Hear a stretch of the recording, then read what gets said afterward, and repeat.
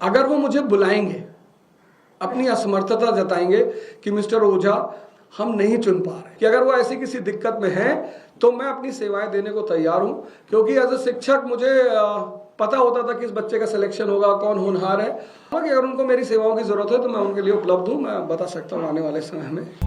आम आदमी पार्टी आप के नेता अवध ओझा ने सोमवार को पार्टी मुख्यालय पर प्रेस कॉन्फ्रेंस कर कहा कि 8 फरवरी को दिल्ली विधानसभा चुनाव के नतीजे आ गए थे, लेकिन आज 10 दिन बाद भी भाजपा अपना मुख्यमंत्री घोषित नहीं कर पाई है।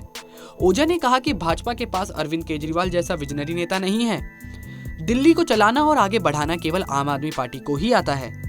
उन्होंने कहा, आप पिछले 10 सालों से दिल्ली की सरकार चला रही थी, जिसमें हम मानव संसाधन पर काम कर रहे थे। आज दुनिया के जितने भी ताकतवर देश हैं, वह अपने मानव संसाधन के बल पर ही बने हैं। अवध ओझा ने आगे कहा कि मानव संसाधन के 2 सबसे मजबूत स्तंभ है, पहला शिक्षा और दूसरा स्वास्थ्य है। प्राचीन काल में जब भारत महाशक्ति था तो पूरी दुनिया से लगभग सारे देशों के लोग भारत के नालंदा और तक्षशिला जैसे विश्वविद्यालयों में पढ़ने के लिए इच्छुक थे।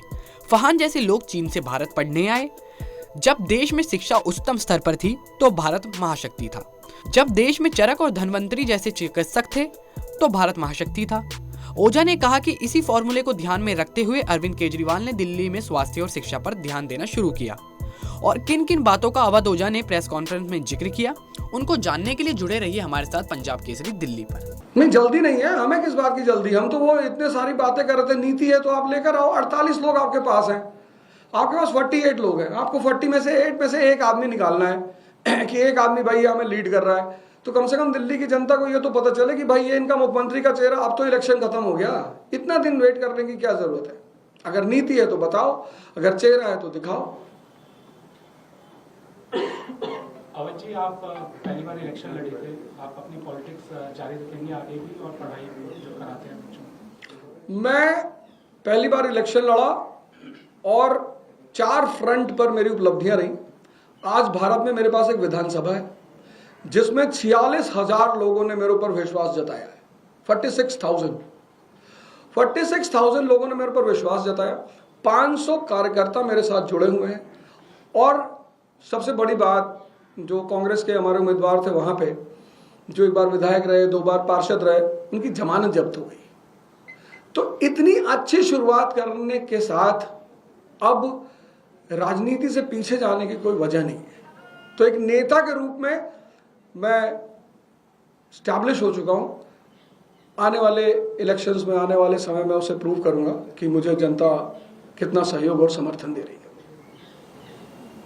ओझा साहब, एक नेता के रूप में आप स्टैब्लिश हो चुके हैं, आप सोच भी सकते हैं नेता के नजरिए से। आपको क्या लगता है भाजपा में उन 48 कैंडिडेट में से एक कैंडिडेट कौन होना चाहिए? देखिए, ऐसा है कि हर व्यक्ति को अपने घर की जिम्मेदारी लेनी चाहिए। अगर वो मुझे बुलाएंगे, अपनी असमर्थता जताएंगे कि मिस्टर ओझा हम नहीं चुन पा रहे, तो आपके चैनल के माध्यम से मैं प्रस्ताव रखना चाहता हूं कि अगर वो ऐसी किसी दिक्कत में है तो मैं अपनी सेवाएं देने को तैयार हूं, क्योंकि एज ए शिक्षक मुझे पता होता था कि इस बच्चे का सिलेक्शन होगा, कौन होनहार है। तो मैं ये कहना चाहूंगा कि अगर उनको मेरी सेवाओं की जरूरत है तो मैं उनके लिए उपलब्ध हूं, मैं बता सकता हूं आने वाले समय में कि वो क्या कर सकते हैं। यही बता दीजिए।